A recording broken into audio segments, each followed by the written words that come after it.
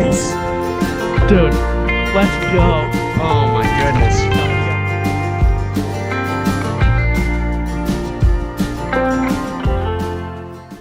What's going on, guys? Welcome back to episode of Untamed Outdoorsmen. And today we are finally back in the garage where we do all the kayak videos and kayak upgrades. And to start that series of videos, we're going to be doing 5 modifications that we feel you should do first if you're planning on buying a Semi 133X.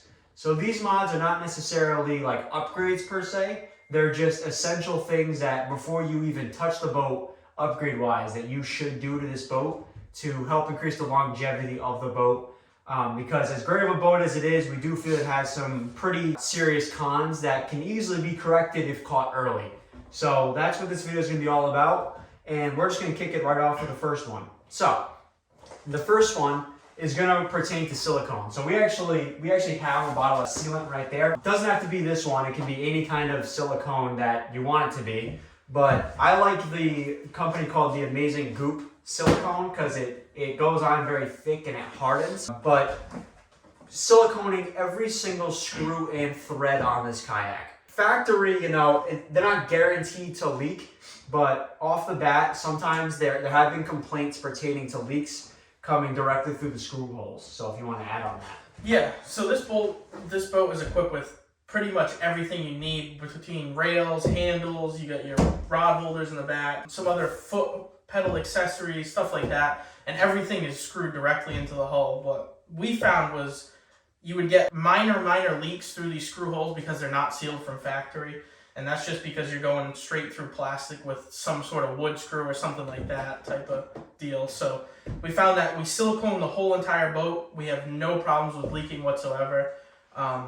Very minimal condensation, but it's only usually when it's very humid or very cold. Yeah, it's the only water buildup we'll ever have in this thing is condensation. Obviously, the only time that I've ever had water in this thing was because of my own negligence, because I let this water build up to this opening here, and the water started to creep in through there. There's nothing we can really do about that besides keeping one scupper open, but that was my fault.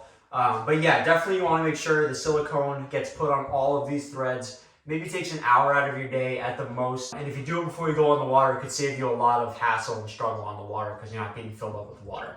Also, one other thing, if you really want to get into the siliconing, I recommend popping out the Yak Power head unit and just running a little bead around that. Because like he said, if the water fills up to this level and it's not sealed correctly with the gasket, which sometimes they're not from factory, it can creep in through that hole. So that's a good one. For sure. And then some other place you want to silicone too, if you put on any through-hole plugs, you want to silicone those. You want to silicone actually the rod holders back here. I actually hit it with a bead of silicone. It doesn't look great, but it gets the job done. There's been no water going through there, including the screws on the holder. And leading into our next point, the deck plates. So that's number 2.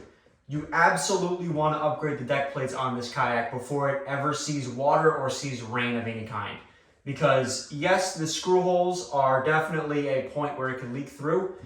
The deck plates are even worse from the factory because it's not really a deck plate. It's just a couple screws with a foam gasket and it's a cover. A flat plate. Yeah, it's essentially just a cover. They cover up what they have to. They keep costs down with them. So even we found out in my boat, mine had an actual deck plate in it from Native, but that was one of the weak points, so we upgraded those to the Seaflow deck plates just like this boat, and we've had no issues since. None. And these are the Seaflow deck plates. They're the 4-inch deck plates. We used all new stainless steel hardware because it's going to be a little bit stronger and a little bit larger, but it works perfect. I don't know the actual screw size, but what we did is we just threw the original foam gasket in there, and we also hit it with silicone, so we used both options. And this thing has been fully submerged.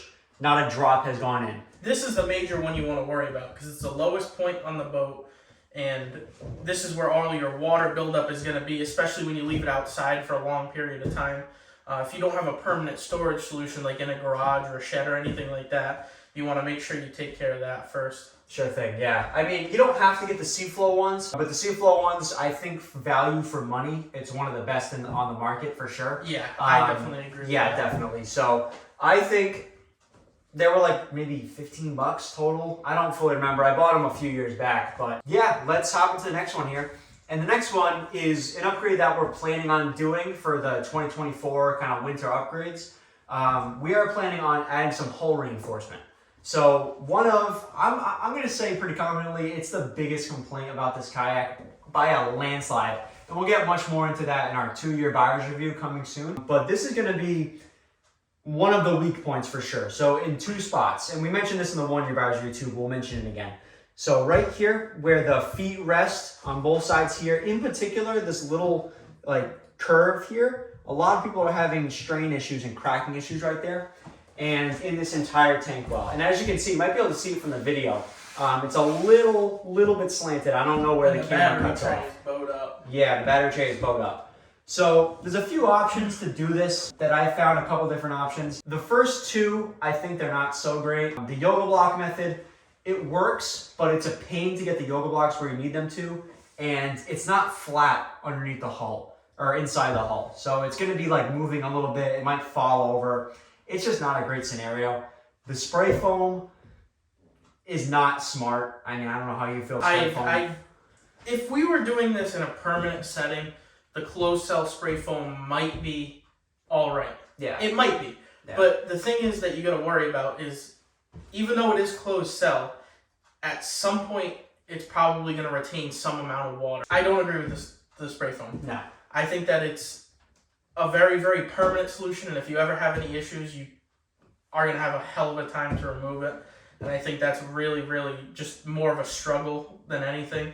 I think that when you're doing some spray foam something, if you're building, you know, a tricked out John boat or something like that, then I could see where the foam is going to be the best option for you. But when it comes to kayaks like this, I don't think it's a good idea. Yeah, I mean, closed cell spray foam, if you really wanted to go that route, closed cell spray foam does a little bit better because it doesn't absorb the water nearly as much as open cell does. But the problem with open cell is if you take on any water, any kind of condensation, that stuff turns into a brick. And it becomes flat out dangerous to want to do it. Again, if you really, really wanted to use it, use closed cell at the bare minimum. But I really don't recommend it, especially because we're planning on kind of adding some wiring back here to add a GoPro setup hanging out the back corner. And we're going to need to run a wire for a yak power system. And if we had closed cell spray foam in there, it wouldn't be possible. No. So those 2 options I do not recommend. The third one, however, is what we're going to be doing. So we will be adding a small lawnmower inner tube into 2 spots. So right where both deck plates are, pretty much. Yeah, pretty much right back here.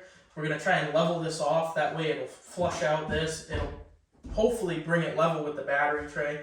And then down here in the footwell area, you can see there's some minor warpage in here. Not as bad as back there, but this definitely needs to be addressed as well. Just because you're standing here, this is a very high stress area, especially with the seat and stuff. You want to just try and prevent any flexing like that, because ultimately, if you have too much flex, your boat will crack. Yeah, so that's one of my biggest ones that we're going to be doing this year. It should be pretty easy because the inner tube is small before you inflate it, so you can just stuff it where you need it to go. And then you puff it up from there. We'll get some valve stem extensions and run it onto a compressor. But that should be pretty simple, and that'll be a video coming soon. So when it's out, we'll put it in the card up there. But yeah, so the 4th one is going to be additional tracks. So the tracks on these, they're fine for like light duty applications, like small fish finders, like this roto grip setup's fine. But the problem is you're using very small screws drilled directly into thinner plastic, and it's only 1 set of screws. So any like serious tension, like a fishing rod holder, like with a fish on or something like that, or a heavier fish finder like this Garmin here, it's gonna really sway back and forth. And after prolonged use like that, eventually it'll just rip right out of this hull. And then you're really in trouble, because then you probably have more gouges in your plastic. So my recommendation is going to be to get some upgraded tracks like these. So you don't have to get these, but these are the Yak Attack ones, or the Yak Attack Mighty Mounts. They're really, really nice. I've had this one. It's going to be 2 years in June of 2024. It'll be 2 years I've had this one on. Fantastic. I mean, as you can see, we did the same thing. We siliconed all these screws and 0 problems. This is an extremely durable mount. Yeah. For the tracks, it's almost like a very, very necessity option to have for this boat. Along with everything else we've talked about, the tracks extremely, because this plastic is so thin and it's so far outward on the boat that it tends to flex a lot. So having these mounts, they're very sturdy. They're on a sturdier part of the boat, which they probably should have been from factory, but I understand why they did that. It makes way more sense to have these in here, especially like you said, you got a heavier fish finder. You know, you got your net holders, heavier objects that you're going to be wanting to hold. It's better to have them in there. Yeah, definitely. And then in the back there, we added 2 more too. You might not be able to see the one on the other side, but you can see, yeah, right where Pete is there. That's a smaller version of it. That's a 6-inch model, and then this is a 9-inch. I think they make a 12 and a 16. I'm pretty sure. They make longer ones too, but the 9-inch is perfect if you want to run one accessory, and even the 6-inch is fine too. But that just makes a stronger mount. With obviously you get more space to add stuff to.